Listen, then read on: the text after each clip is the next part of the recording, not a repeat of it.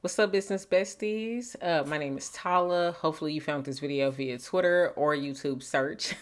But today I'm going to talk to you guys about how to actually sell your digital products online. Just to give you like a little bit of background on me, I promise I'm not going to drag this out. I hate those super long intros, but I've written a handful of books now. I've created journals, I've created planners, I have created freebies that people can download to grow my email list. So I've also created courses as well. So just about every type of digital product that you can create, as well as webinars and workshops and stuff like that, I've done. And I've sold quite a few of them. So I just want to give you guys some tips on how to actually sell your products, because I think that a lot of the times people online make it seem a lot easier than it really is to sell digital products. And I don't think it's that hard, but I don't think that a lot of people are giving you like the real juice, right? Like all the gems that really go into it. So I want to make sure that I take the time to give you guys some tips if this is something that you want to get into. Now, a couple of benefits of selling digital products will be, number one, the money is passive. Like once you make that sale, that's it. You don't have to do anything else for that money. Number two, you don't have to carry inventory, which means that it's literally something that you could do just with a Wi-Fi, a laptop, or an iPad. You could even make them on your phone if you're creative enough. The third benefit to actually selling digital products is there is a no refund policy, because once they get your digital product, you get their money and that's pretty much one and done. You are more likely to win a dispute with the bank if you can prove that you actually delivered it. And as long as you use the proper software, you can definitely prove that you delivered this digital product. So I'm just going to go ahead and give you a few tips on how to actually move and sell your digital products so that you aren't making a bunch of them and then you're not making any money and seeing like any real results from it. The first tip that I want to give you is to actually focus on building a community. And the reason why is that you don't want to just build up a following for one type of digital product and then you struggle selling all the other digital products that you create. So if you focus on creating a community around your niche for all of the digital products that you create, you'll have a group of people who will buy whatever it is that you're selling. So for example, I have books about content marketing, about email marketing, then I have planners and I have journals, and all the other products too, because I've taken the time to build a sense of community with my business besties and an email list of over 2,000 subscribers. It is a lot easier for me to move products than it would be if I was only focusing on trying to sell these products without building a sense of community. The second thing I want you to really think about is how you can incorporate storytelling within your promotional and advertising efforts of your digital products. Now, I know that you might be like, but how can I tell stories when I'm just trying to sell books about nonfiction stuff, or if I'm trying to sell business books? You sell the results. So if I'm trying to sell a book about marketing, I might create a Twitter thread showcasing like a customer's review, talking about the conversation we had, sharing their before and after results, and focusing on how the people who buy this product could also potentially get these results. I will focus heavily on talking about how people have asked me to write this book, give a couple of reasons why, and then show people where they could buy the book at. I focus a lot personally on educational content anyway. So me educating and nurturing my audience already comes very natural and organic to my audience. And it also helps you establish authority. So that's definitely something that you want to, kind of lean into, is really focusing on storytelling. You just got to figure out what storytelling is going to look like for you. My third tip to you to actually help you sell your digital products is to write a good product description.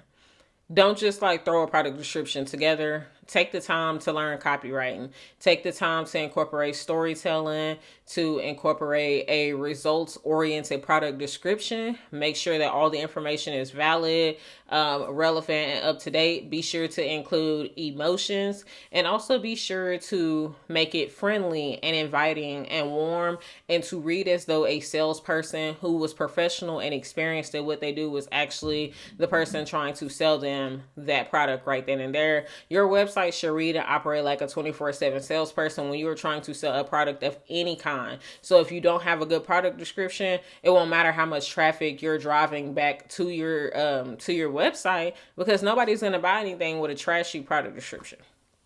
My fourth tip will be to get really good product mock-ups made of like your digital products on iPads, on phones, on computers, different devices like that, and start using those things to promote. And also make sure to like you are sharing those pictures when you are promoting it. And one of the reasons why is because you want people to envision what this product is going to look like when they have it. And it's kind of hard to do it when it's a digital product, but it's a lot easier to do when you're making mock-ups of digital products. So this is something that you could easily do with Canva. There are a ton of other softwares that, that can do this for you. There is Envato, there's Place It, Market.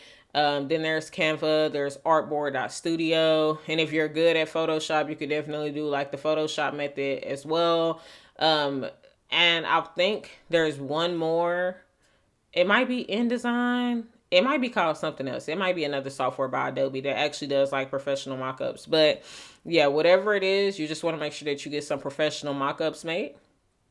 My fifth tip for you would be to create a company hashtag and ask people to leave reviews on social media, and be very adamant about those reviews and let people know what you want them to say. And if you want them to include like proof or screenshots or pictures of them with the digital product on their iPad, whatever it is, just make sure that you ask people for those reviews. And that you also ask people to leave the reviews using your company hashtags and tagging you and bigging you up, and explicitly ask them like, please make sure you say that you rate this 5 out of 5 stars and you highly recommend. Please discuss the results that you receive and talk about how this has helped you accomplish, XYZ, whatever relevant to your book and your niche. A couple bonus tips that I'm definitely going to give you: make sure you blog about it. Make whatever your niche is, you need to create a lot of content around it. Like, even though the book, the planner, whatever it is done, you need to be creating content around it. So whether you are making YouTube videos, you have a podcast or a blog, you do email marketing, you make reels on Instagram, you make TikTok videos, you make shorts on YouTube, pins on Pinterest, whatever it is, you need to continually make content about it, because if you don't, people will forget about it. And also accept that every day won't be a high sales day. Like, some days I might sell 20 books, some days I might sell 5, and some days I might sell 0 books. But at the end of the month, it always balances out, and I pretty much make the same amount of money. I make a few $1,000s every month now from selling digital products, which means that the majority of my bills are paid passively, and all I have to do is just make some content. And a lot of the content that I'm sharing now is just old content being repurposed, because I spent the first 3 to 4 years of my business's journey focusing heavily on content creation. So if you're not into content creation, I highly recommend it. It's definitely one of the most lucrative things that I've done for my business. My final tip to you as well, a bonus tip, for helping you sell your digital products, is to invest in a payment plan processor, whether it's Sezzle, ShopPay, Afterpay, Klarna, there's a few others, PayPal, and a few other options as well. But investing in a payment plan processor is going to make it a lot more appealing for people to buy, especially when somebody hasn't bought something from you before. And it is also going to help overcome that gray screen of if your product costs more than the average product does. So let's say you sell a digital product for $100, but that digital product is usually only sold for $20, I guess. Having a payment plan processor that can break down that $100 initial purchase into 4 payments of $25 is going to increase your sales much more likely. It's going to make it easier to convince people to buy your products and to shop with you right then and there. It's going to add a sense of urgency to what you're doing as well. And one more bonus tip, because, they're all kind of just coming to me right now as I'm really thinking about like all the different things that have really helped me, would be to learn how to drive traffic to your website. More website traffic will always equal more sales. Like just getting, like 200 to 400 website visitors a month is nothing. It is nothing. Your website visits needs to be in the thousands to really move products, to really see the results that you want to see. On average, like for example, if your conversion rate is anywhere from 2 to 5%, You want to make sure that you're trying to get anywhere from 4 to 10,000 website visitors a month. So if you don't know how to drive website traffic, you definitely need to learn. Otherwise, you're going to have a hard time collecting data for why people aren't even buying your products to begin with. You're going to have a hard time moving those products. You're going to have a hard time seeing the return of your results. So if you want to see more videos about how to actually drive website traffic, how to write product descriptions, or how to do anything that I listed in this video, go ahead and comment down below. I do plan to try and release like at least one video like this a week.